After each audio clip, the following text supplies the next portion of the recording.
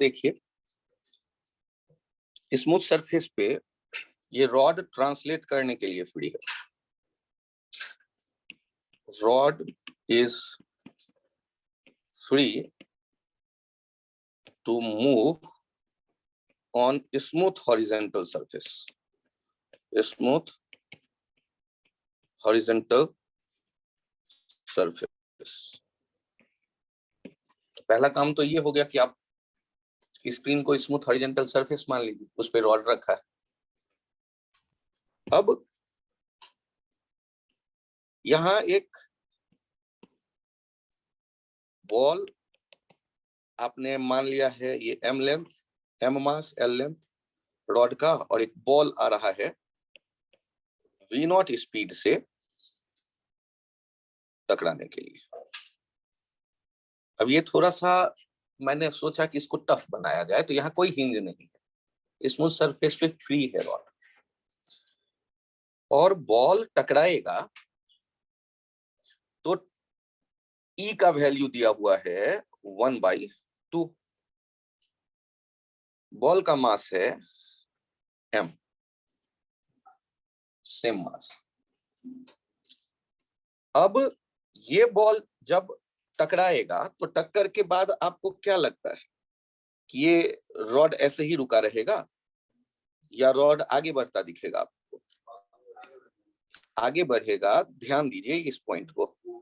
ये मैं अब अगला जो डायग्राम बना रहा हूं, just after impact, just after impact.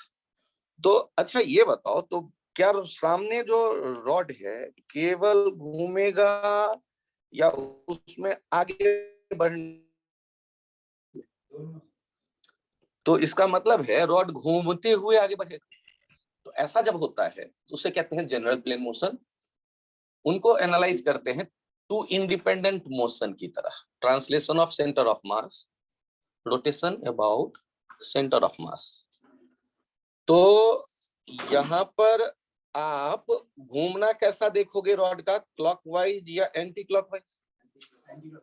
Practically सोचना, इसमें फिजिक्स कुछ नहीं करेगा, आपको इवेंट एनालाइज करना है डे टू डे एक्सपीरियंस के बेसिस पे। यदि उसमें भी आप फिजिक्स के भरोसे, किताब के भरोसे रहोगे तो फिर नहीं चल पाएगा ये टॉपिक। अब मुझे ये बताइए, क्या बॉल का स्पीड v नॉट ही रहेगा या v नॉट से बदल जाना चाहिए? अब ये बॉल का स्पीड v नॉट नहीं रह गया, ये हो गया है v नॉट से बदल करके ये हो गया है v नॉट से बदल गया, ये हो गया v। दो संभावनाएं हैं, बॉल टकरा के या तो वापस आएगी या उसी तरफ जाते रहेगी, स्पीड कम हो गया होगा। तो मुझे नहीं पता क्या हुआ, मैंने मान लिया आगे की ही तरफ जा रही है, ये मानना, एज्यूम, कुछ तो एज्यूम करो। हम इक्वेशंस बनाएंगे, कैसे सोचते हैं, हम इक्वेशन सॉल्व करेंगे, रिजल्ट आएगा। यदि रिजल्ट v का पॉजिटिव आया तो हमारा सोचना जो है वही से, और यदि v नेगेटिव आया तो इसका मतलब हमने जो माना कि टकरा कर ये अपने ओरिजिनल डायरेक्शन ऑफ मोशन में मूव कर रही है, वो सही नहीं है, अपोजिट है।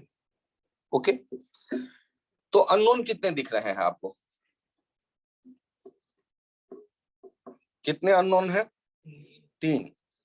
आपसे कहा गया यहां पर फाइंड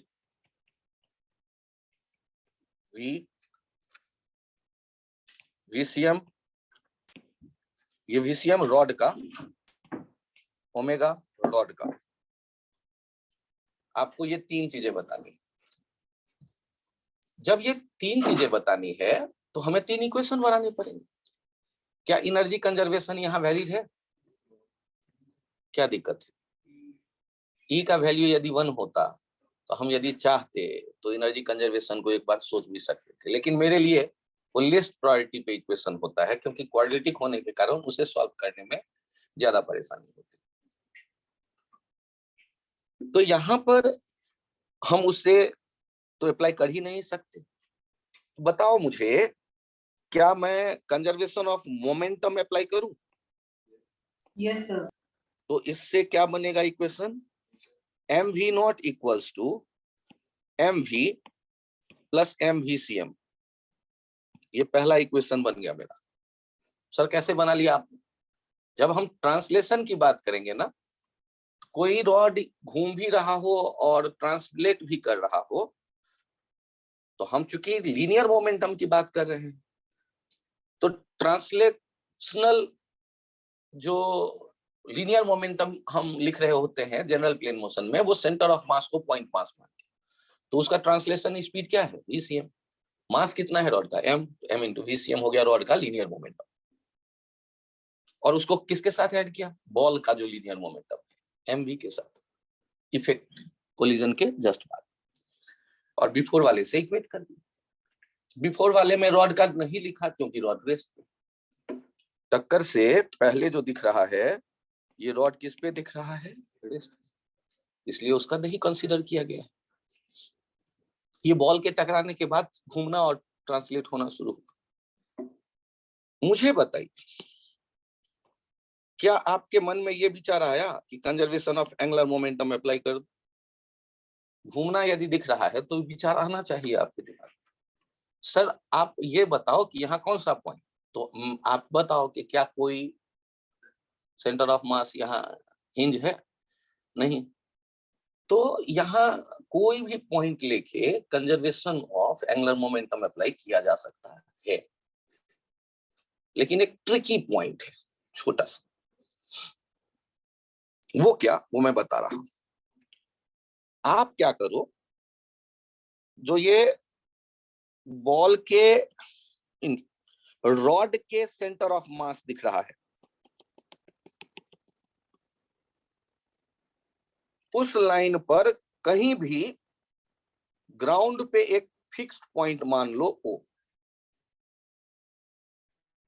ये तो सर बड़ा अजीब सा आइडिया आप दे रहे हो कि ग्राउंड पे फिक्स्ड पॉइंट मान लो।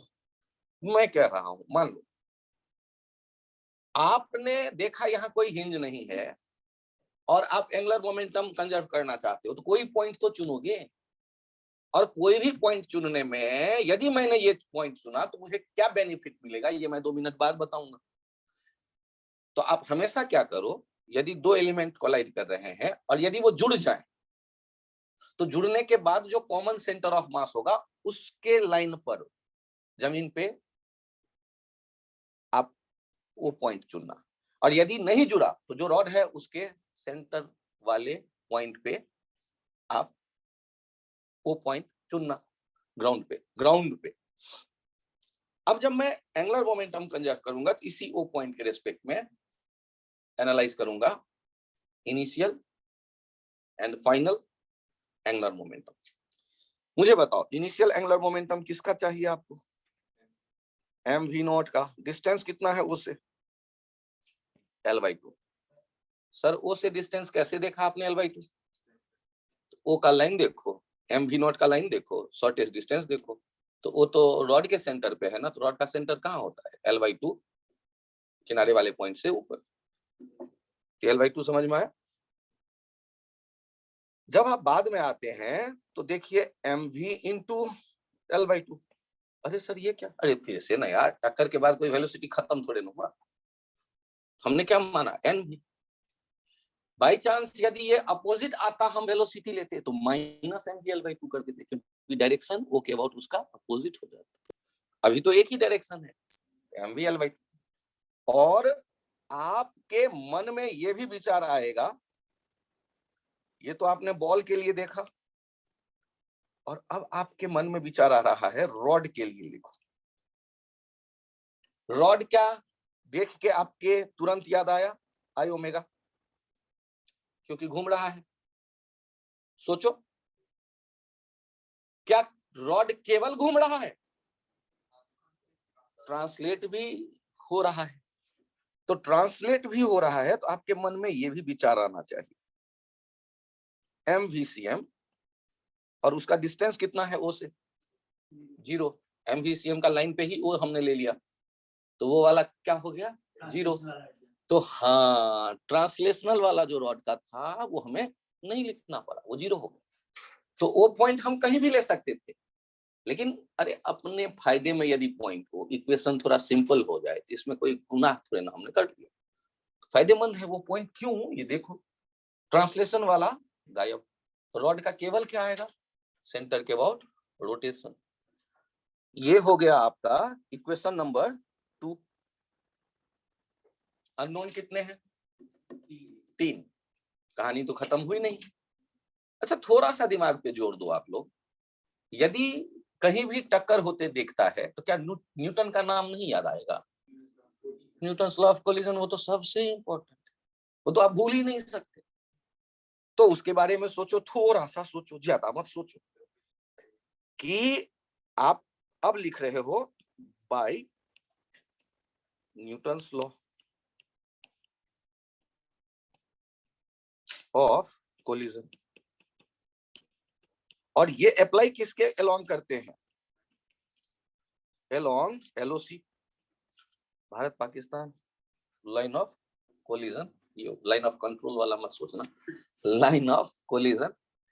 तो ये एलओसी के अलोंग हम लोग अप्लाई करते हैं। एलओसी तो वैसे नहीं समझ में आता, आज तक ना भारत को समझ में आया कहाँ है एलओसी, ना पाकिस्तान को समझ में आया। डेली घूमने चले आते हैं इधर, अच्छा इधर है कहीं, एलओसी से बाहर चला आना ना, जा जाओ अपने घर जा। तो वही वाली बात है, एलओसी तो अपन भी भूल जाएंगे एग्जाम में। तो क्या याद रखते हैं?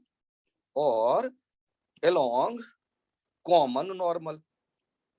तो सर ये कौन सा याद रहेगा? अरे ट्राई करते हैं यार, कॉमन नॉर्मल। पहले तो नॉर्मल पता चले। तो स्फीयर में तो रेडियस होता है नॉर्मल, किसी सरफेस के लिए परपेंडिकुलर लाइन होता है नॉर्मल। तब भी नहीं पता चला तो जो जहां पॉइंट टकराएंगे ऑब्जेक्ट किसी सरफेस से, वहां पहले कॉमन टेंजेंट बना दो, उस पे 90 डिग्री पे लाइन खींच दो, कॉमन नॉर्मल हो जाएगा।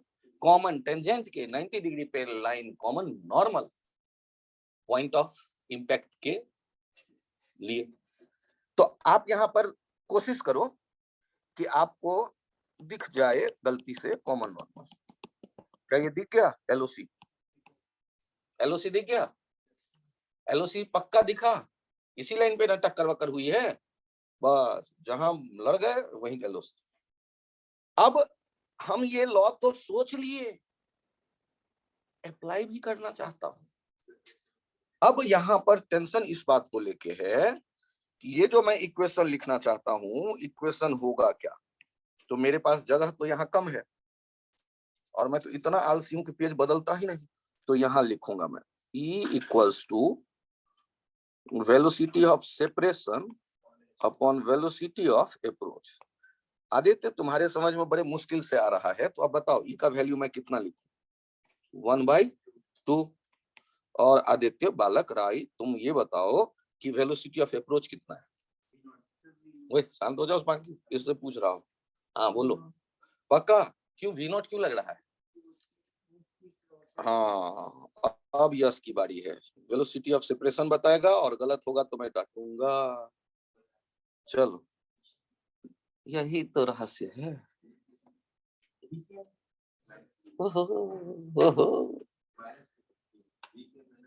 VCM माइनस V, एक बालक तो ये कह रहा है।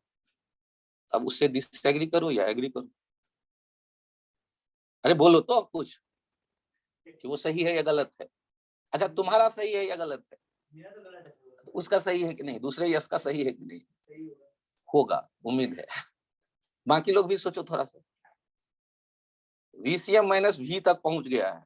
एक यस अग्रवाल बालक ने कहा VCM, दूसरे ने कहा यस गर्ग ने V minus VCM minus V।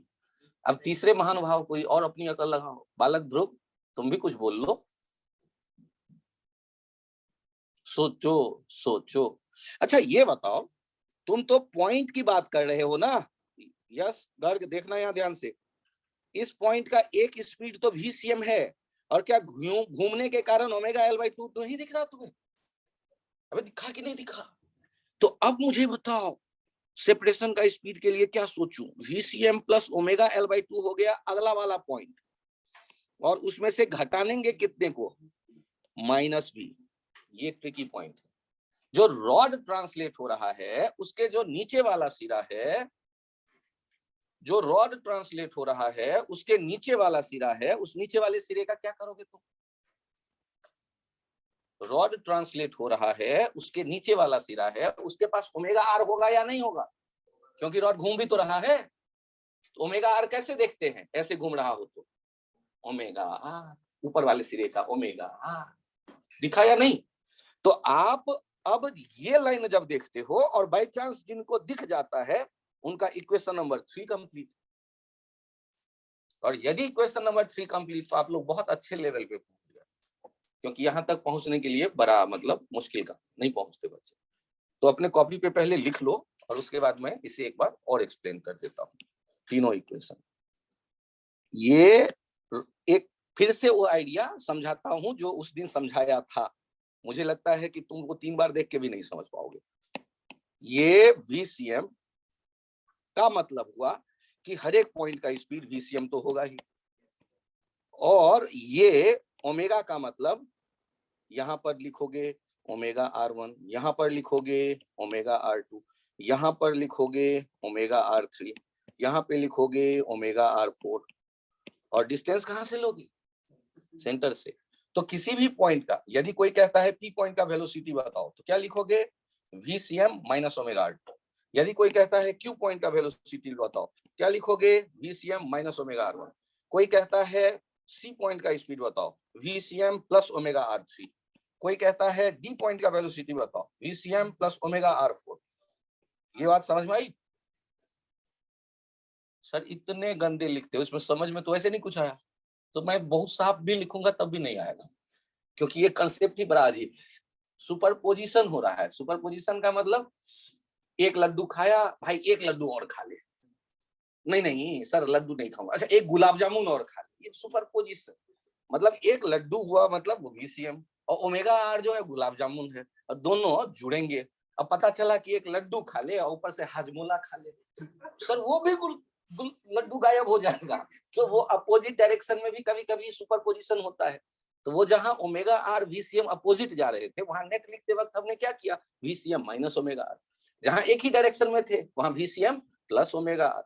Sir omega r बड़ा हुआ तो भाई तो घटा लेना ओमेगा आर माइनस VCM या ओमेगा आर प्लस VCM। वो अपनी अकल का इस्तेमाल करेंगे, उसमें कोई बहुत ज्यादा मैं नहीं बता रहा। और यदि ये समझ में आया हो तो घबराना मत, क्योंकि मेरे पास फिर से वही क्वेश्चन नए अवतार में प्रकट होते दिखा। ये M मास V0 से आ रहा है, और ये जो रॉड है ये L लेंथ का M मास का। और मजे की बात ये है कि इस बार एक बॉल और भी आ रहा है अपोजिट से, सेम डिस्टेंस से, V0 से। और मजे की बात ये है, मन इतने से मेरा भर नहीं रहा। तो पहले वाले जो चलो यार अभी इतने मान लेता हूं, दोनों के सेम डिस्टेंस मैं कह रहा हूं, दोनों का डिस्टेंस मैं सेम कह रहा हूं। डिस्टेंस का क्या यूज करोगे? कुछ नहीं, केवल ये बताने के लिए कि एक साथ टकराए। ठीक है, अब मुझे ये बताओ कि ये दोनों बॉल यदि एक साथ आकर के चिपक गए, सर चिपक गए का क्या मतलब लोगे? लिख देता हूं ना, स्टिक्स, ये स्टिक्स। तो क्या लगता है, क्या ट्रांसलेशन भी होगा? नहीं सर, ट्रांसलेशन प्रैक्टिकली सोचना, और जो ना दिखे वो क्वेश्चन मत बनाना, रेस्ट करो, क्योंकि जब तक वो नहीं दिखेगा तब तक क्वेश्चन लिखना बेवकूफी कहलाता है। ट्रांसलेशन होगा या नहीं होगा पे पहले विचार करो। क्यों नहीं होगा? हाँ, इनिशियल मोमेंटम जीरो, लीनियर। तो ट्रांसलेशन का तो कोई सवाल नहीं है। तो रोटेशन होगा या नहीं? क्लॉकवाइज या एंटी क्लॉकवाइज? बड़े अच्छे बच्चे। तो एक काम करो कि टक्कर के तुरंत बाद ये रॉड, कुछ बच्चों को तो ये दिखता विखता नहीं, उनके लिए ये रॉड ऐसे अब दो पार्टिकल से चिपका हुआ, इनका कॉमन सेंटर ऑफ मास कहां पे होगा? तो सारे एम एम एम ही है ना, तो बीच पे ही हो गया centre of mass common VM वाला। और इसका स्पीड मुझे नहीं पता, तो मैंने मन ही मन मान लिया राइट साइड। और ये घूमेगा कैसा? तो प्रैक्टिकली फील किया, कुछ ऐसा घूमता, ये जस्ट आफ्टर कोलिजन। और यहाँ जुड़ गया है, चिपक गया है। तो अब आप मुझे बताइए बाय कंजर्वेशन ऑफ मोमेंटम क्या लिखेंगे, m we not minus m we not, rod चूंकि रेस्ट पे है तो इसका कुछ नहीं, इक्वल्स टू क्या हो जाएगा 3m VCM, क्योंकि पूरा रॉड और बॉल मिल करके सिस्टम का मास हो गया 3m VCM। और इससे हमें क्या पता चल गया, इससे हमें पता चल गया कि VCM जो हम मान रहे हैं वो नहीं होगा, वो होगा 0, क्योंकि 3m VCM ना इक्वेट किया m v not minus m। और by conservation of angular momentum सोचते वक्त जो मैंने कहानी पकाई थी उसी लाइन पे ग्राउंड पे 0 फिक्स कर दिया, कॉमन सेंटर ऑफ मास हो या रॉड का सेंटर ऑफ मास हो, अभी तो एक ही पॉइंट है। अब यदि मैं एंगुलर मोमेंटम की बात करता हूं तो M we not L/2 plus M we not L/2। Sir ऊपर वाले में आपने माइनस लिखा, इसमें प्लस लिख रहे हो, ऐसा क्यों? क्योंकि दोनों कैसे घुमाना चाहेगा, पहला वाला एंटी क्लॉकवाइज, टक्कर के बाद कैसा, दूसरा वाला भी एंटी क्लॉकवाइज, इसलिए जुड़ रहे हैं। यहाँ वी नॉट से नहीं डायरेक्शन देखेंगे, क्लॉकवाइज एंटी क्लॉकवाइज से डायरेक्शन, घूमने की टेंडेंसी कैसी आ रही बॉल के टकराने से, या टकराने से पहले भी बॉल को यदि ओ पे बैठ के देखे तो कैसे घूमते दिख रहा है, तो वो हमें एंटी क्लॉकवाइज दिखेगा, ऊपर वाला भी कैसे दिखेगा एंटी क्लॉकवाइज, इसलिए दोनों जुड़ रहे हैं, m we not L/2 plus M we not L/2। और आगे क्या आएगा, I system into omega, translation वाला तो देखते नहीं, और ऐसे ही है भी नहीं अब ICM। तो ये कितना हो गया, M we not L, rod का पहले मैं लिखता हूं mL²/12, एक बॉल का लिखता हूं mL/2², दूसरे बॉल का लिखता हूं mL/2², और ब्रैकेट देके आगे ओमेगा लिख देता हूं, ओमेगा इससे निकला है। क्या क्या करोगे, रॉड का mL²/12, पहला बॉल का m कितने डिस्टेंस पे है हमेशा L/2², तीसरे बॉल का, तीसरे मतलब तीसरे एलिमेंट का दूसरा बॉल m, वो भी कितने डिस्टेंस पे है L/2, m L/2 का स्क्वायर, और सबको इकट्ठा कर दिया, moment of inertia into omega, note कर लीजिए। सर कैलकुलेट करके रिजल्ट भी बताओगे, अरे मैं बराज में बताऊंगा, खुद कैलकुलेट कर लो, तुम्हारे ऊपर कॉन्फिडेंस है, 7वां 8वां अच्छी तरह पास किया है। आई ओमेगा खुद एंगुलर मोमेंटम है, उसको mv से नहीं बराबर कर सकते कभी, mv इंटू शॉर्टेज डिस्टेंस होता है angular momentum, mv linear momentum, तो mv इंटू शॉर्टेज डिस्टेंस जो होगा ना वो बनता है एंगुलर, एंगुलर मोमेंटम को एंगुलर मोमेंटम से नहीं इक्वेट कर सकते हैं, और डायरेक्शन के साथ वेक्टर्स की तरह सोच करके इकट्ठा करें एंगुलर मोमेंटम। आप लोग बड़े अच्छे बच्चे, मुझे उम्मीद है आपने ये भी समझ लिया, और यदि ये भी समझ लिया तो क्वेश्चन में थोड़ा ट्विस्ट देना तो जरूरी है। तो हुआ ये ना कि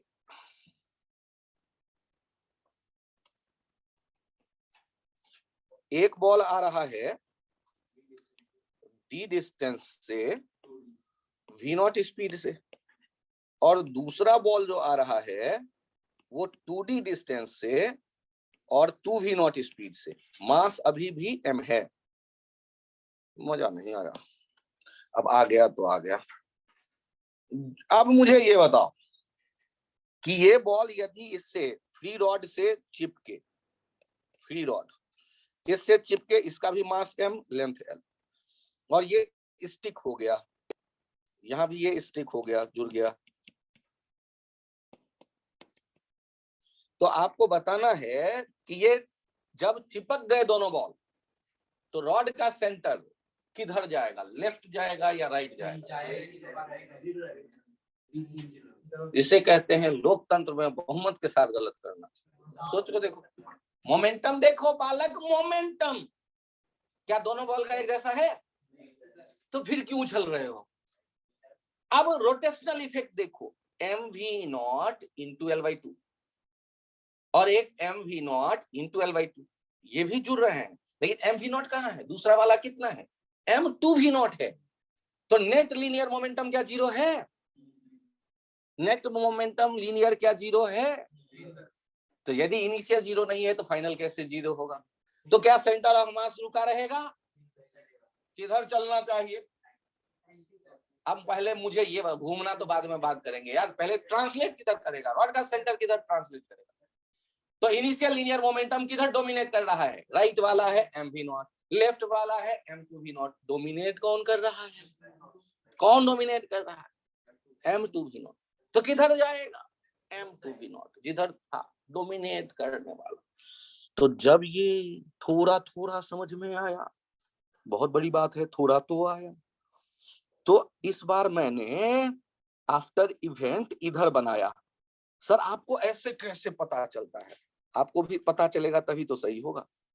अब यहां देखो VCM हमने बना दिए, और ये आदित्य राय कह रहा है सर ये एंटी क्लॉकवाइज घूमेगा, ले ओमेगा भी बता दिया। और आपसे अब मैंने पूछा find VCM and omega after impact. Sir बड़े अजीब व्यक्ति हो आप, आपने आफ्टर इम्पैक्ट लिखा, इस बार आपने जस्ट आफ्टर इम्पैक्ट क्यों नहीं लिखा भाई। ये आधे घंटे भी घूम लेना स्मूथ सरफेस पे तो ना तो ओमेगा बदलने वाला और ना VCM बदलने वाला। तो जस्ट आफ्टर कहूं कि आफ्टर कहूं कोई फर्क नहीं पड़ता। सर इतना छोटा छोटा पॉइंट सोचो, नहीं सोचोगे तो गलत होगा कभी ना कभी। तो यहाँ पे जस्ट आफ्टर से कोई मतलब नहीं है, आफ्टर कभी भी ना ओमेगा कोई बदल पाएगा ना VCM कोई बदल पाएगा। कहानी बढ़ाओ, कितने अननोन, कितने इक्वेशन, 2। क्या न्यूटन लॉ ऑफ कोलिजन लगाओगे ना, अरे चिपक रहा है नहीं सोचूंगा यार। एनर्जी कंजर्वेशन लगाओगे, सर्टेनली ना, एनर्जी लॉस होगा ही होगा। अब बताओ तो कौन बचे, conservation of momentum, conservation of angular momentum. Sir आपको सपने में दिखता है भाई, ये देखिए 3 तो रूल है, तीनों अप्लाई कर दो, जो अप्लाई हो गया तो 2 अप्लाई हो गया। कौन सा, conservation of linear momentum, conservation of angular momentum.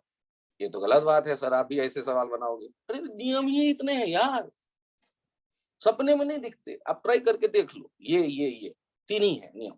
चलो आपने पहला इक्वेशन लिखा बाय कंजर्वेशन ऑफ मोमेंटम, ध्यान से देखना सॉल्व करते वक्त।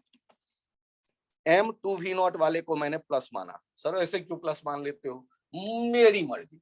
यदि मैंने लेफ्ट वाले को प्लस माना तो राइट वाला क्या हो जाएगा, माइनस mv0। यदि दिक्कत हो तो ले ऊपर में एरो बना के प्लस लिख दिया कि दुखी मत होना कि सर आपने प्लस किधर कर दिया। और बाद वाला क्या हो गया, m प्लस m 3m लिखने में जगह बहुत था तो मैंने तीनों बड़े आराम से लिखे। आप फील करो तो 3 कौन m, एक बॉल, दूसरा बॉल, रॉड। अब बताओ VCM कितना आया, इससे हमें पता चल गया VCM V0/3, VCM आ गया V0/3। अब भी कहानी में ट्विस्ट है, ओमेगा बाकी है। बाय कंजर्वेशन ऑफ मोमेंटम के बाद कंजर्वेशन ऑफ एंगुलर मोमेंटम, और एंगुलर मोमेंटम के लिए अब हमें पता है क्या करना है, तो सीधे इक्वेशन लिखता हूं, ज्यादा अकल वकल नहीं लगाता मैं। m2v0 into L/2 plus m v0 into L/2 equals to I system into omega, I system into omega। अब चेक कर लो इससे हमें क्या मिल गया, mv0 3mv0 L/2 और I कितना हो गया, रॉड का ml²/12 प्लस ml/2 का स्क्वायर प्लस ml/2 का स्क्वायर और साथ में ये आ गया ओमेगा। आराम से देख लो, 2 मिनट टाइम लो, घबराना नहीं है, कोशिश करते रहना है।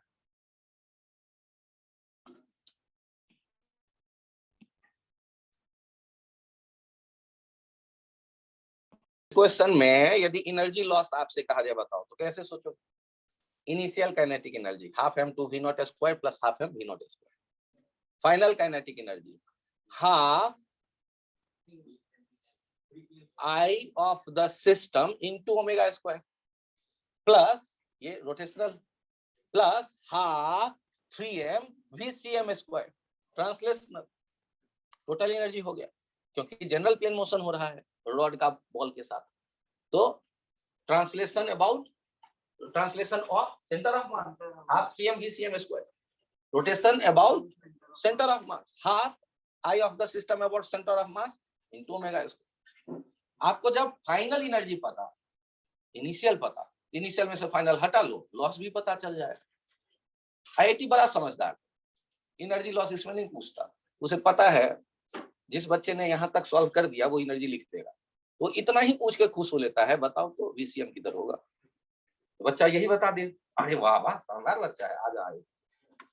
और यदि बच्चे ने ये भी बता दिया ओमेगा और वीसीएम, तो वो सर्टेन है, हर एक फैकल्टी को पता है कि इसके बाद वो एनर्जी लिख लेगा, क्योंकि यहीं तक नहीं पहुंचेगा, यहीं पहुंचने में वो मिस करेगा, यदि मिस करना है उसे कोई पॉइंट। तो आप यदि एक लेवल और इंप्रूव करना चाहते हैं, एक लेवल, इस क्वेश्चन का नेक्स्ट एक लेवल देखिए।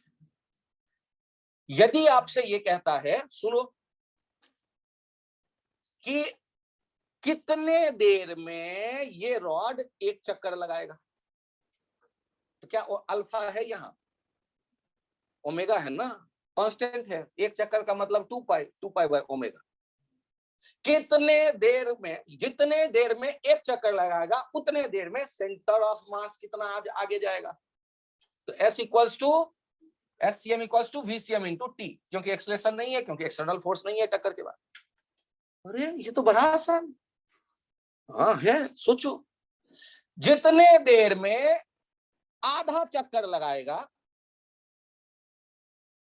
उतने देर के बाद जो ऊपर वाला बॉल है उसका वेलोसिटी क्या होगा। जितने देर में ये रॉड टक्कर के तुरंत बाद आधा चक्कर लगाएगा उतने देर बाद ऊपर जो टकराया है बॉल 2v0 वाले स्पीड से आके, उस मोमेंट पर उसका स्पीड क्या होगा आधे चक्कर लगाने के बाद। तो आधे चक्कर लगाने के बाद ये चित्र दिखेगा कैसा। ये रॉड ऐसे देखो, लाल वाला रॉड देखो, थोड़ा पीछे मैंने बना लिया, यहां ये ऐसे आ रहा था और ये ऐसे घूम रहा था। तो सेंटर ऑफ मास इस लाइन को नहीं छोड़ेगा, इसी पे ये घूमता जाएगा। सर आपको कैसे पता चला, सेंटर ऑफ मास कब डिस्प्लेस होता, कोई एक्सटर्नल फोर्स हो नहीं है। तो कभी ना कभी ऐसा तो होगा ना, जब ये आधा चक्कर लगा चुका रहेगा, ये ए बॉल, ये बी बॉल, ये ए बॉल, ये बी बॉल, ये ए बॉल, ये बी बॉल। अब यहां ध्यान से देखो, रॉड ट्रांसलेट तो हो ही रहा है और रॉड रोटेट भी हो रहा है। तो इस ए वाले के पास वेलोसिटी देखो, एक होगा ओमेगा L/2 और एक होगा VCM। तो VA कितना कहलाएगा उस मोमेंट पे, तो VA कहलाएगा ओमेगा L/2 का स्क्वायर प्लस VCM स्क्वायर। क्या ये दिखा आप लोगों को? हाँ, आधा चक्कर का मतलब कितना, कुछ उल्टा हो गया, ये 90 डिग्री हो गया। आधे चक्कर का मतलब वाला है, कहानी थोड़ा अगले पेज पे ले चलते हैं, 180 डिग्री करना है अपन को। वेट करो थोड़ा सा प्लीज, फिर से एक बार, यहाँ पर ये ए, यहाँ पर ये बी, और ये चल रहा है VCM और ये घूम रहा है ओमेगा से। तो ये कुछ देर बाद ये ऐसे टेढ़ा होते देखा, कुछ देर बाद ये लेटा, मतलब ऐसा हॉरिजॉन्टल दिखा, ये यहाँ पर ए और यहाँ पर बी, और आधा चक्कर होते होते यहाँ पहुंच गया होगा बी और यहाँ पहुंच हो गया ए। अब ये है VCM और ये है ओमेगा। तो इसका जो स्पीड होगा, एक तो हो गया ओमेगा L/2 और एक हो गया VCM। तो VA कितना कहोगे, आधा चक्कर, आधा चक्कर, हाफ रोटेशन। आधा चक्कर के बाद VA कितना हो जाएगा, अंडर रूट, नहीं ये तो 180 पे है ना, VCM minus omega L/2, mod ले लो, जो बड़ा हो, बड़े में से छोटे को घटा लो। अब यदि इस पॉइंट का कोऑर्डिनेट पूछ दे तो वो भी बता सकते हो। यदि जहां टक्कर हुआ उस समय रॉड का सेंटर ओरिजिन है, रॉड वाई एक्सिस के लॉन्ग परपेंडिकुलर x, तो क्या कह दोगे, x डिस्टेंस कितना हो गया, VCM इंटू T, T निकल आएगा पाई बाय ओमेगा से, और y डिस्टेंस कितना हो जाएगा, y डिस्टेंस कितना हो जाएगा L/2, घूम के नीचे आया हुआ है ना। फिर से देखो, यहां पर तुम्हारे सामने XY मैंने बना दिए, ये y और मान लो ये x, उधर प्लस x प्लस y, तो इसका कोऑर्डिनेट, ए का कोऑर्डिनेट कैसे लिखोगे? ध्यान से देखो, VCM into T not minus के साथ, और x कोऑर्डिनेट ये हो गया और y कोऑर्डिनेट L/2। अरे कोऑर्डिनेट तो पढ़ चुके हो ना अब यार, ओरिजिन यहाँ है तो उसके ऊपर जाते हो तो प्लस L/2, नीचे आए हो तो माइनस L/2, और सेंटर ऑफ मास कितना मूव किया तो VCM इंटू टी। सर ऐसे क्वेश्चन क्यों समझा रहे हो? IIT पूछ चुका आज से 15 साल पहले। यदि आज से 15 साल पहले वो बच्चों से इतना एक्सपेक्ट करता था तो आज कितना एक्सपेक्ट करेगा? सोच के देखो, 15 से 20 साल पहले ये क्वेश्चन आ चुका, तो 15 से 20 साल पहले वो IIT ये एक्सपेक्ट करता था बच्चों से। अब तो यार जीनियस आजकल के बच्चे थोड़ा और आगे हैं, उसे और बेहतर एक्सपेक्ट करता है। तो क्या यहाँ कोऑर्डिनेट निकालने तक पहुंचे आप लोग? मजाक मत करो सर। अच्छा ये बताओ, ओमेगा भी निकालना सीख गए? IIT को भी पता है बच्चा उससे आगे बढ़ ही नहीं रहा, तो वो यही पूछ के खुश हो जाता है। टेंशन ना लो यार, बढ़ो आगे। नेक्स्ट क्वेश्चन देखो, जो पिछले वाले क्वेश्चन के मैंने आपसे कहा एक लेवल थोड़ा सा एक्स्ट्रा। यहाँ पे ये रॉड है स्मूथ सरफेस पे, present on smooth surface, present on smooth horizontal surface, smooth horizontal surface, और ये फ्री है, free rod, present on smooth horizontal surface, M mass L length. ये दूसरा एक बॉल आते देखो, ये भी स्मूथ सरफेस पे M मास V0 से आया और यहाँ चिपक गया। तो चिपकने के बाद आपको क्या लगता है, क्या ये बॉल जस्ट आफ्टर इंपैक्ट चिपक गया, तो चिपकने के बाद सेंटर ऑफ मास क्या अब भी वहीं रहेगा जहां पहले था? कहां होगा सेंटर ऑफ मास? तो सेंटर ऑफ मास नीचे आ गया। सर ऐसे कैसे आ गया भाई? रॉड का मास देखो, M बॉल का मास देखो, M ये हो गया L/4, ये हो गया L/4, यहाँ आ गया सेंटर ऑफ मास। दिखा या नहीं दिखा? यस अग्रवाल, तुम्हारे फेशियल एक्सप्रेशन गायब है, दिखा या नहीं दिखा? ठीक है, अब मुझे ये बताओ, यदि दिख गया, कृतिन बालक सेंटर ऑफ मास दिखा? अब मुझे ये बताओ कि स्ट्रेट पाथ पे कौन सा पॉइंट चलेगा रॉड का? रॉड का सेंटर नहीं चलेगा, ये सिस्टम का जो सेंटर है वो स्ट्रेट पाथ पे जाएगा। सेंटर ऑफ मास अपने रास्ते को बदलेगा नहीं, वो स्ट्रेट पाथ पे, क्योंकि उसमें कोई फोर्स नहीं है एक्सटर्नल, अब जब जुड़ चुका उसके बाद। अब यहाँ पर मुझे ये बता दो, रोटेशन किसके अबाउट देखोगे? ऑब्वियसली सेंटर ऑफ मास के अबाउट।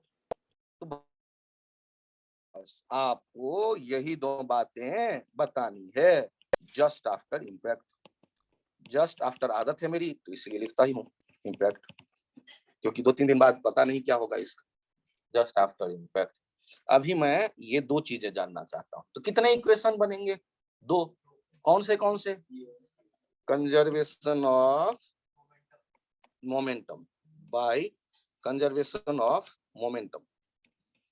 तो आपने लिखा MV0 और बाद में लिख देते हैं M plus M VCM rod का। इससे पता चल गया आपको VCM कितना हो गया? VCM हो गया V0/2।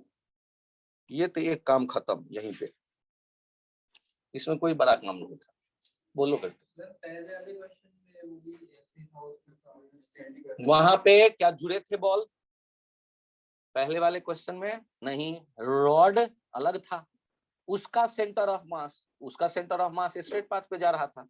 यहाँ रॉड और बॉल चिपक के एक नया सिस्टम बन गया, तो स्ट्रेट पाथ पे कौन जाएगा? इस नए सिस्टम का सेंटर ऑफ मास। बात समझ में आई? ओके। अब एक लफड़ा है, conservation of angular momentum apply करते वक्त ग्राउंड पे कौन सा पॉइंट फिक्स किया जाए? हाँ, ये वाला पॉइंट फिक्स करो ग्राउंड पे। अच्छा, ये वाला पॉइंट क्यों फिक्स कर रहे हैं कृतिन? हाँ, रॉड बॉल सिस्टम के सेंटर ऑफ मास वाला जो MVCM है, उसका एंगुलर मोमेंटम वाला टुकड़ा 0 हो जाए। दिखा ना, ये आसान कर देता है आपके इक्वेशन। अब आपके एक परेशानी और फंसने वाली है जब ये पॉइंट आप चुन चुके उसके बाद मैं बता रहा हूं क्या। यहाँ चेक करिए, एंगुलर मोमेंटम लिखते वक्त आप अब L/2 से तो नहीं मल्टीप्लाई करेंगे, किससे मल्टीप्लाई करेंगे आदित्य बालक? L/4 से। वो से कितना डिस्टेंस है mv नॉट का? L/4। अब मुझे बताओ, आगे आ गए, अब मुझे बताओ I के साथ क्या होना चाहिए? तो रॉड का लिखोगे mL²/12 प्लस mL/4 का स्क्वायर। सर ये क्या कर रहे हो आप? प्लस पार्टिकल का लिखोगे mL/4 का स्क्वायर बॉल का, और इनटू ओमेगा। ये अच्छों के नहीं समझ बात। आपने आई ओमेगा किसका लिखा है? सिस्टम का। किसके अबाउट? सेंटर ऑफ मास के अबाउट। तो सेंटर ऑफ मास जो है सिस्टम का, उसके अबाउट रॉड का मोमेंट ऑफ इनर्शिया कितना होगा? Parallel axis theorem. रॉड के सेंटर ऑफ मास, यहां चेक करो, रॉड का यदि उसके सेंटर के अबाउट देखते तो कितना होता? mL²/12। लेकिन उससे कितने डिस्टेंस पे आया था सेंटर ऑफ मास? L/2। तो यहाँ था सेंटर ऑफ मास सिस्टम का, तो उसके अबाउट रॉड का कितना हो जाएगा? mL²/12 प्लस mL/4 का स्क्वायर। और जो वो पार्टिकल है बॉल, वो सेंटर ऑफ मास से हमेशा कितनी दूरी पे है? L/4। इसलिए उसका कितना लिखोगे? mL/4 का स्क्वायर। तो ये जो पॉइंट है ना, ये एक्सट्रीम है। यहां तक आप आ जाते हो तो लगता है कि अब ठीक है, आप कहीं भी ओ लोगे तो गड़बड़ नहीं करो। और यहाँ ओ लेने का फायदा मुझे क्या हुआ? MVCM जो 2 MVCM है, उसका सिस्टम के इफेक्ट, कोलिजन के बाद वाले इफेक्ट का जो सिस्टम का सेंटर ऑफ मास वाला ट्रांसलेशनल का होता रोटेशनल इफेक्ट, वो गायब, उसको हमें नहीं कंसीडर करना पड़ा। तो ये मोमेंट ऑफ इनर्शिया समझदारी से लिखना है, तो आपका ओमेगा निकल आएगा। नोट कर, इस तरह के क्वेश्चंस ऐसा है, यदि आप एक बनाते हो तो उसमें आपके ट्रांसलेशन का आइडिया, रोटेशन का आइडिया, सर्कुलर मोशन का idea, Newton's law of collision, energy conservation, सब कुछ आपके दिमाग में आता है एक क्वेश्चन के साथ। यदि यहाँ पर न्यूटन्स लॉज ऑफ मोशन मैं डालना चाहूं तो कोलिजन का कोफिशिएंट ऑफ डिस्ट्रीब्यूशन दे दूंगा, चिपकाऊंगा नहीं तो ना बन जाएगा। ठीक सर एक बार आई दोबारा बता दो। आई में हम किसका लिखना चाहते हैं? आई सिस्टम का। किसके about? Centre of mass. System का centre of mass, centre of mass of ball rod system, ball rod system. क्यों? क्योंकि उसी के अबाउट हमें चाहिए ना ये वैल्यू। तो ये जो आई ओमेगा हम लिख रहे हैं, इसमें आई किसका लिख रहे होंगे? तो आई लिख रहे होंगे रॉड का, और फिर आई लिख रहे होंगे बॉल का। अब आई रॉड का कैसे लिखेंगे वो देखिए। आई रॉड का RHS वाला जो है उसे एनालाइज कर रहे हैं हम लोग। आई रॉड का उसके सेंटर के अबाउट कितना होता है? mL²/12। और नए वाला सेंटर कितना दूरी पे है उससे? L/4 दूरी पे है। तो L/4 दूरी पे जो नया सेंटर है उसके अबाउट कितना हो जाएगा? mL²/12 प्लस mL/4 का स्क्वायर। क्या ये रॉड वाला समझ में आया? Yes sir. और बॉल हमेशा कितने डिस्टेंस पे है रॉड के, बॉल के सिस्टम के सेंटर ऑफ मास से? L/4 डिस्टेंस पे। तो ये हो गया mL/4 का स्क्वायर, ये बॉल के लिए जो चिपका हुआ है, साथ में ओमेगा। सर एक बार चित्र भी दिखा दो। ये देखो ना, ये चित्र, यहाँ पर ये बॉल है, यहाँ रॉड है, यहाँ कॉमन सेंटर ऑफ मास। तो सेंटर ऑफ मास जो कॉमन है ना, उसके अबाउट तो बॉल हमेशा कितनी दूरी पे रहेगा? L/4 पे। इसीलिए mL/4 का स्क्वायर है बॉल के लिए। यदि आपको ये बातें दिखने लगता है, इसका मतलब आप रोटेशन में एक अच्छे लेवल पे पहुंचकर काम कर रहे हैं। ट्रांसलेशन देख रहे हो, रोटेशन देख रहे हो, सर्कुलर मोशन है, और सबके साथ हो, काइनेमेटिक्स आ जाता है बीच में कहीं। यहाँ 2 चक्कर लगाने में कितना टाइम लगेगा? ओमेगा तो बदल नहीं रहा, ओमेगा तो फिक्स है। तो 1 चक्कर का मतलब 2π, 2 चक्कर का मतलब 4π, 4π ओमेगा। 2 चक्कर में सेंटर ऑफ मास कितनी आगे चला जाएगा? तो 2 चक्कर में centre of mass VCM × T, जो भी निकल के आया। ये बात समझ में आ रहा है? तो काइनेमेटिक्स भी लाके डाल दे सकते हो, कोऑर्डिनेट सिस्टम उठा के डाल सकते हो, किसी पॉइंट का पोजीशन बताओ, वो जनरल पेन मोशन वाला इस पॉइंट का वेलोसिटी बताओ, सुपरपोजिशन आ जाएगा। तो इस तरह एक्सटेंशन इसका किया जा सकता है। ठीक,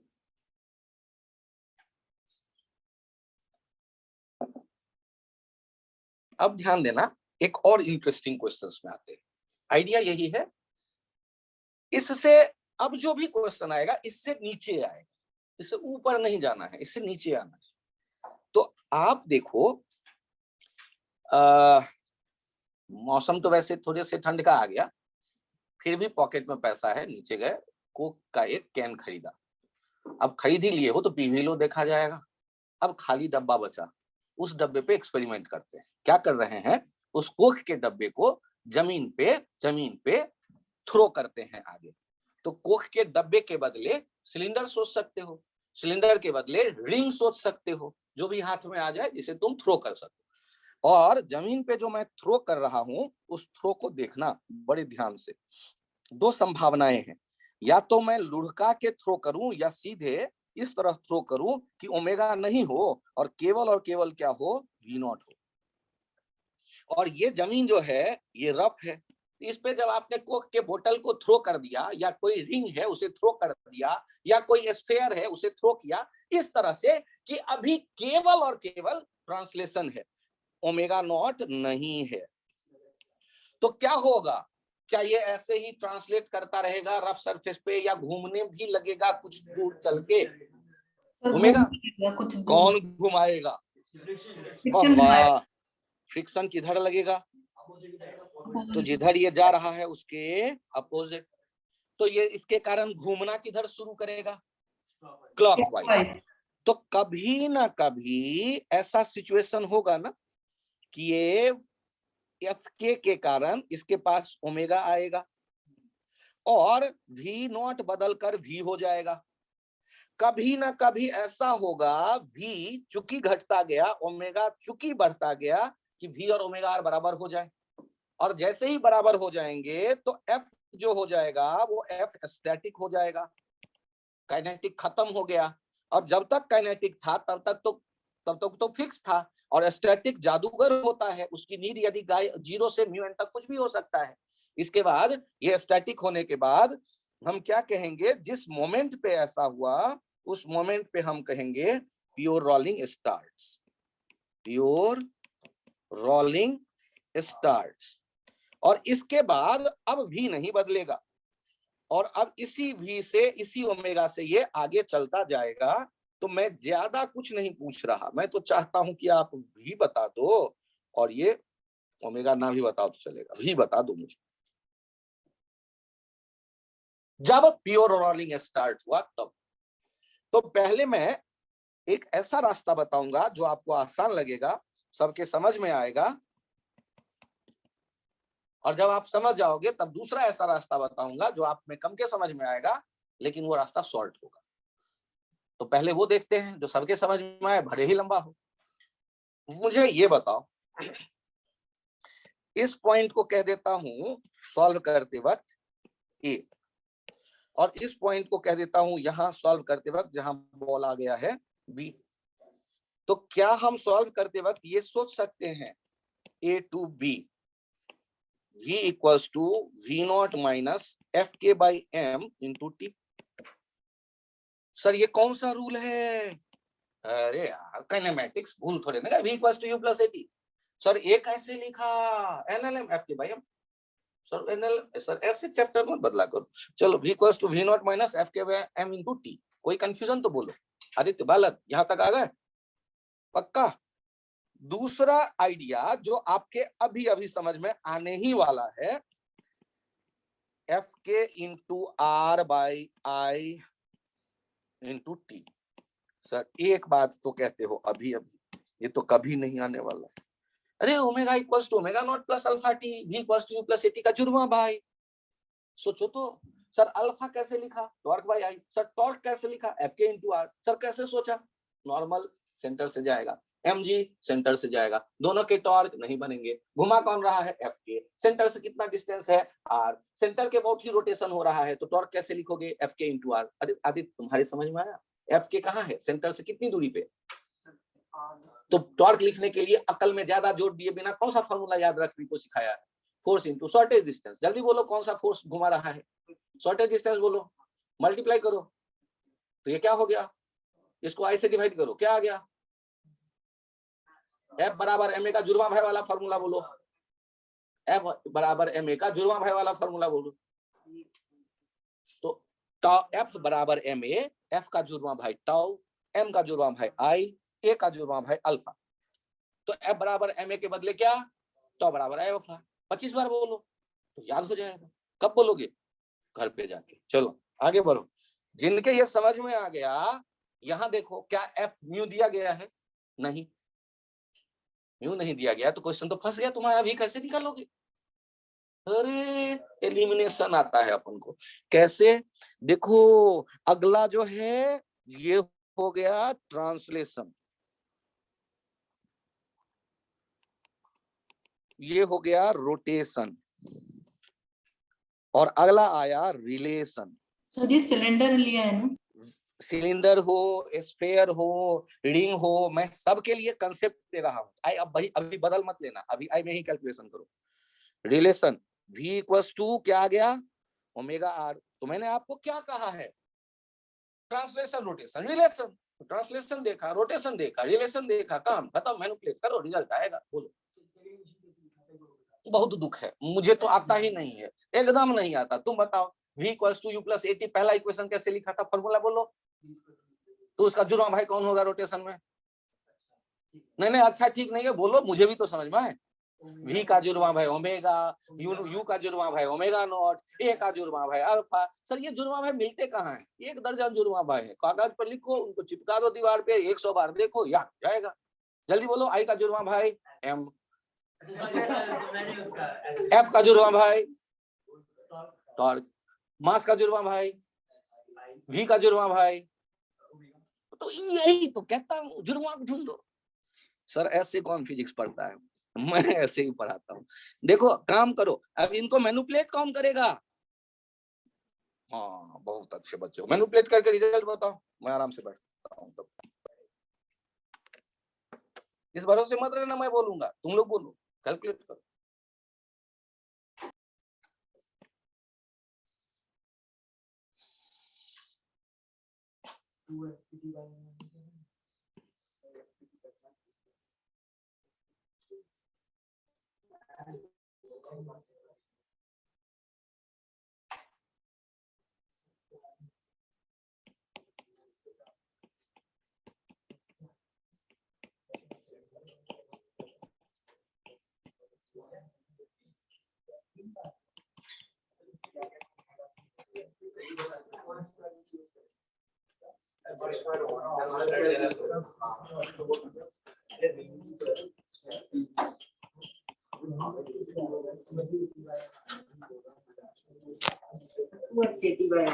चेक करता हूँ।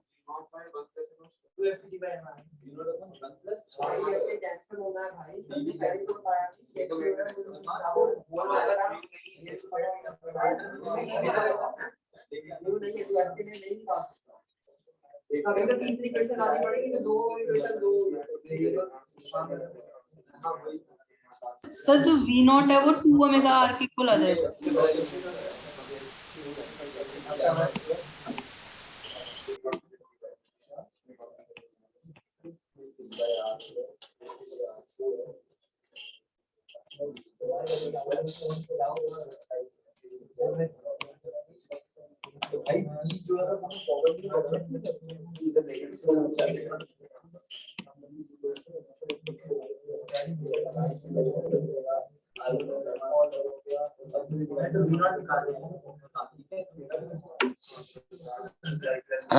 अब बताओ v का वैल्यू बोर्ड पे चेक करो, मेरा आया है v नॉट upon 1 plus i by mr square.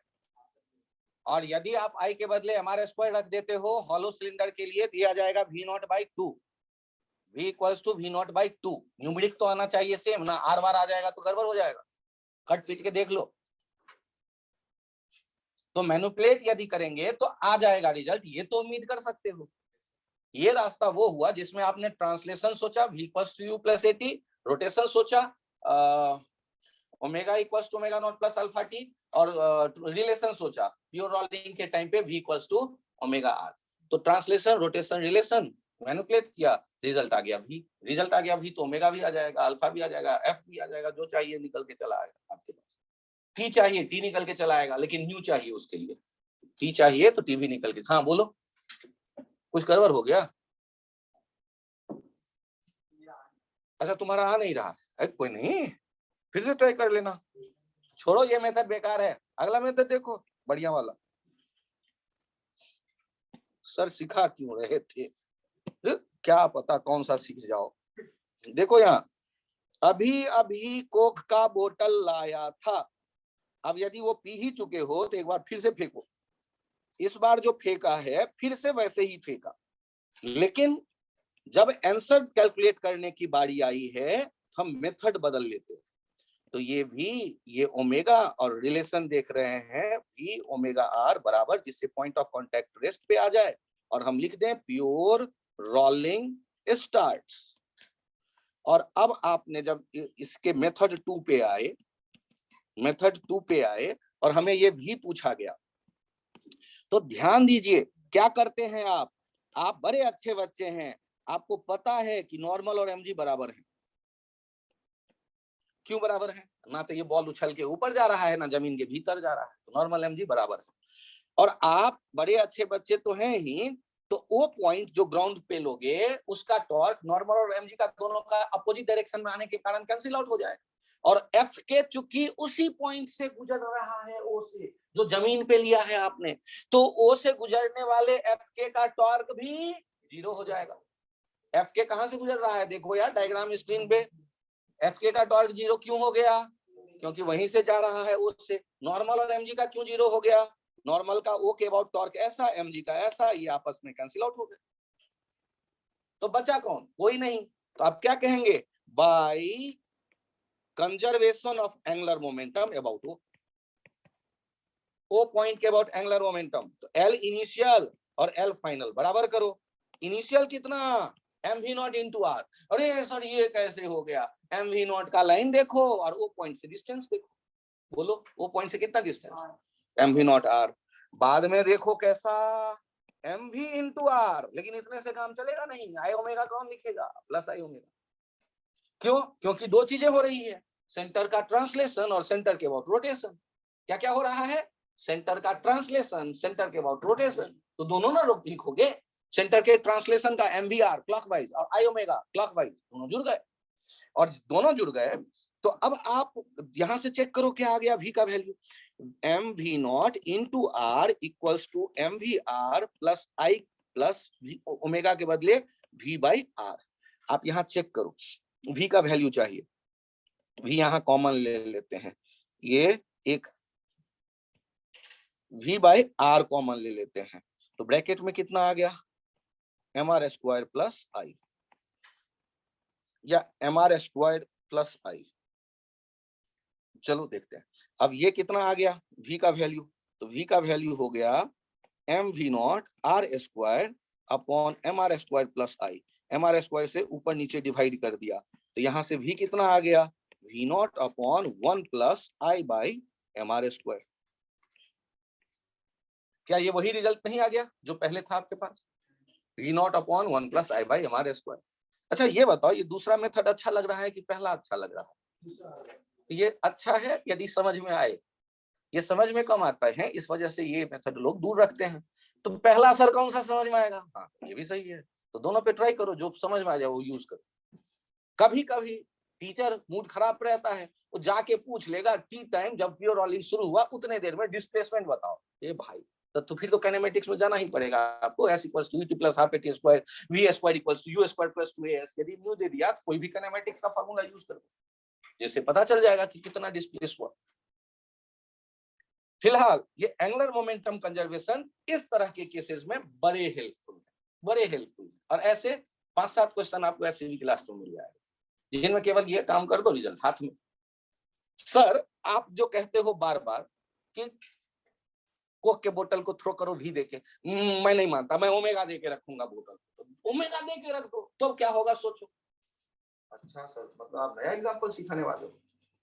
करना क्या है यार, एक बार बोतल रख के देख लो। यहां पर आपने क्वेश्चन के उसी आइडिया को फिर से इंप्लीमेंट करने की सोची कि ये था ओमेगा नॉट से बोतल को घुमाया, थ्रो नहीं किया, अच्छे बच्चे की तरह इसे जमीन पे रख दिया। अब बताओ यहाँ पर फ्रिक्शन किधर लगना शुरू करेगा? ध्यान से देखो, इस कांटेक्ट वाले पॉइंट का वेलोसिटी किधर है? Omega not r. इस केस में वी नॉट क्या है? 0। आगे नहीं जा रहा, मैंने ऐसे रोटेट किया हाथ से, और हाथ से रोटेट करके जमीन पे रख दिया। क्या किया? रोटेट करके जमीन पे रखा, थ्रो नहीं किया। अब क्या होगा? क्या यहीं बैठ के घूमता रहेगा? ये रफ सरफेस है तो किधर लगेगा फ्रिक्शन? पॉइंट ऑफ कांटेक्ट का वेलोसिटी पीछे की तरफ है तो फ्रिक्शन किधर आ गया? आगे। कौन आया? काइनेटिक। क्या होगा? क्या सेंटर यहीं बैठ के भजन कीर्तन करेगा या मूव करेगा? किधर जाएगा सेंटर? राइट। और यदि ये राइट आएगा तो अब मुझे बताओ इसका ओमेगा बढ़ेगा या घटेगा? एफ के का टॉर्क कैसा जनरेट होता दिख रहा सेंटर के अबाउट? देखो टॉर्क एफ के का अपोज करेगा ओमेगा को। ओमेगा कैसा है? And clockwise. और टॉर्क कैसा है? Anti clockwise. तो धीरे धीरे ओमेगा कम होती जाएगी, धीरे धीरे भी आता जाएगा। कभी ना कभी ऐसा होगा कि ये जो भी है और ये जो ओमेगा है बराबर हो गए, ओमेगा आर वी के।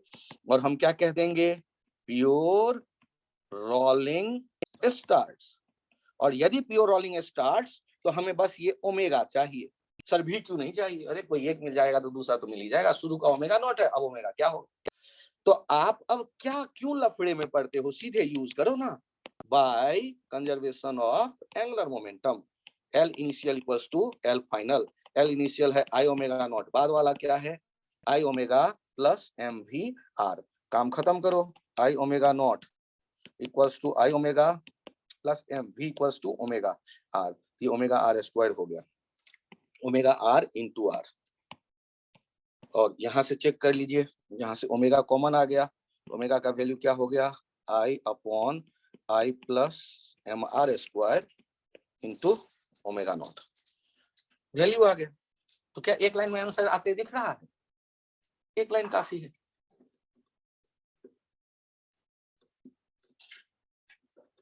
V equals to omega R तो रिलेशन है जो प्योर रोलिंग के कारण वहां हमने टेकअप किया वहां से।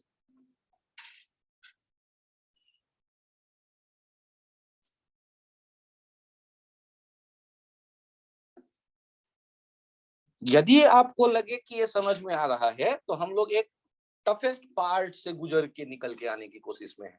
रोटेशन का ये टफेस्ट पार्ट है जिसमें आपने प्लेन पे रॉड को रख के देखा। आईआईटी ने कम से कम 10 बार पूछा है, 40 सालों में 10 या 15 बार पूछा है। ये डिस्क वाले ऐसे क्वेश्चंस 5-7 बार तो ये डायरेक्ट पूछा है। रॉड वाला 5-7 बार पूछा है, अलग अलग टुकड़े करके देखोगे तो मतलब डायरेक्ट एंगुलर मोमेंटम कंजर्व करो रिजल्ट आएगा, या लीनियर मोमेंटम एंगुलर मोमेंटम दोनों कंजर्व करो रिजल्ट आएगा, या नहीं तो अभी तक उस लेवल तक नहीं गया न्यूटन लॉ ऑफ कोलिजन भी यूज करो क्योंकि उसमें टाइम लग जाता है, वो थोड़ा सा टाइम।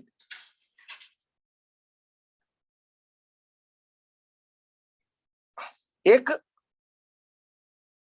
और एग्जांपल मैं यहां लेना चाहता हूं, इसी आइडिया को थोड़ा और आपका लेवल इंप्रूव हो जाए।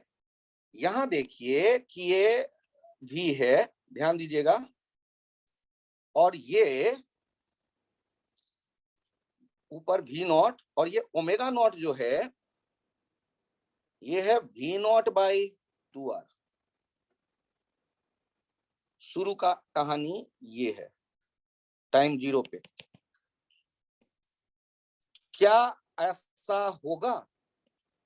पहले तो ये बताओ फ्रिक्शन किधर? क्या ये प्योर रोलिंग है? क्यों नहीं प्योर रोलिंग है? तो देखिए ओमेगा नॉट आर कितना हो गया? वी नॉट बाई 2, और राइट साइड कितना है? V naught. तो इन दोनों का रिजल्टेंट किधर आएगा? इन दोनों का रिजल्टेंट किधर आने वाला है? Right side. यदि राइट साइड आएगा इसका मतलब ये रेस्ट पे तो है नहीं, यहाँ फ्रिक्शन आएगा। ये फ्रिक्शन घुमाएगा कैसे? अल्फा, जिसके कारण ओमेगा नॉट कम होने लगेगा। और ओमेगा नॉट कम होगा कि बढ़ेगा? ओमेगा नॉट बढ़ने लगेगा। और वी नॉट क्या होने लगेगा?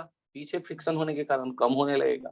तो रास्ते में आगे बढ़ते हुए ऐसा हो सकता है कि कभी ये इस तरह का डाटा पॉजेस करने लगे कि v कम होते होते ओमेगा बढ़ते बढ़ते ओमेगा r किसके बराबर हो जाए, v के, और क्या कह देंगे, प्योर रोलिंग स्टार्ट्स। तो हम क्या कर देंगे, ग्राउंड पे एक पॉइंट ले लेंगे ओ, और सॉल्व करते वक्त क्या लिख देंगे, by conservation of momentum about O. तो नॉर्मल mg का कैंसिल हो जाता है, और ये fk का टॉर्क है, fk का टॉर्क जो है इसमें ध्यान दीजिएगा वो भी 0, तो एंगुलर मोमेंटम कंजर्वेशन वैलिड है, COM मत लिखो, COA लिखो। पिछला भी चेक कर लेना यार, COM मैंने गलती से ना लिख दिया हो, COA, ठीक है, COA। अब कंजर्वेशन ऑफ एंगुलर मोमेंटम। अब मुझे ये बताओ, L initial L final, initial कितना, mv naught r plus i omega naught, final कितना, i omega plus mvr। Solve कर लो, रिजल्ट आ जाएगा, v equals to omega r रख दो। मैं इतना ही लिख के छोड़ रहा हूं,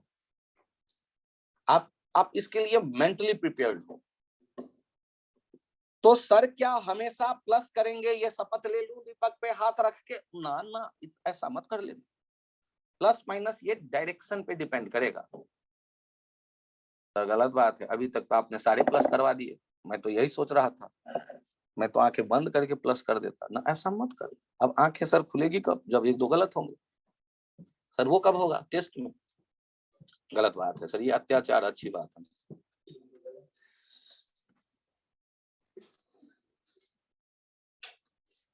तो आप लोग जब इतने उत्साहित हैं, लगता है एक दो गलत वाला सही करके देख ही लें, तो मैं भी जाते जाते एक एग्जांपल और बता दूं कि ये जो डिस्क है, इस डिस्क के बारे में सोचो और तुम उछल के बोलो, और मैं बताता हूं कि वो कैसे गलत हो। ये V नॉट है, V naught by R omega naught दिया हुआ है, प्योर रोलिंग है या नहीं, बताना जल्दी। V नॉट बाय R है ओमेगा नॉट, प्योर रोलिंग है, क्यों, क्योंकि हमने याद किया है V नॉट बराबर ओमेगा R, और ये गलत हो गया। देख ले बालक, पॉइंट ऑफ कांटेक्ट का वेलोसिटी देखो, V not plus omega naught R, that is V not, और फ्रिक्शन आ गया kinetic, not a pure rolling. Sir ये तो गलत बात है, मैंने तो बचपन से याद किया हुआ है, इसलिए कहता हूं याद मत करो।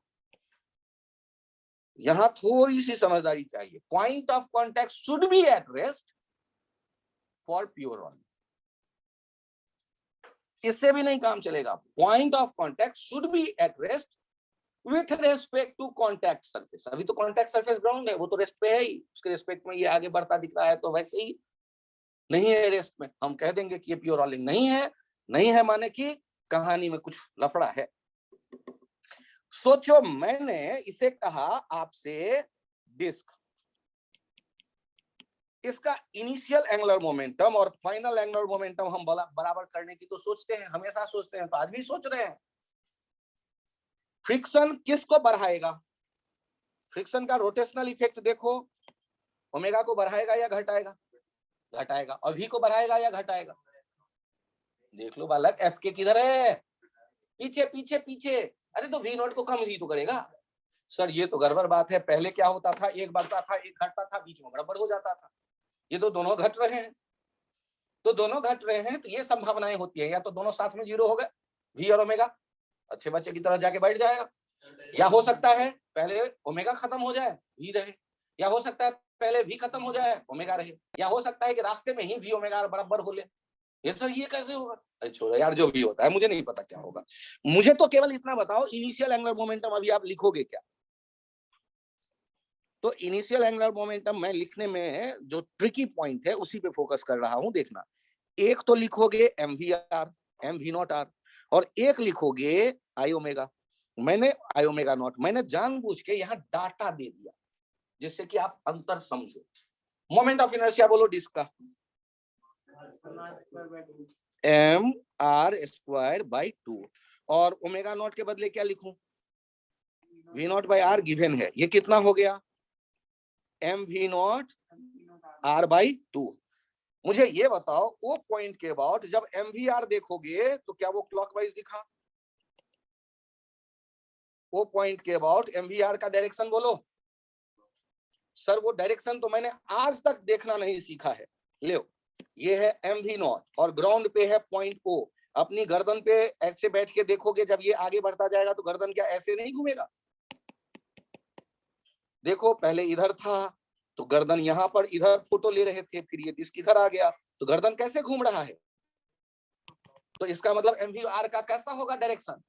क्लॉकवाइज। तो एम वी नॉट आर जो है ये है क्लॉकवाइज। और यदि आपने सेंटर के बॉडी से ऐसे घूमते देखा ओमेगा नॉट को, तो आई ओमेगा नॉट क्या होगा? Anti clockwise.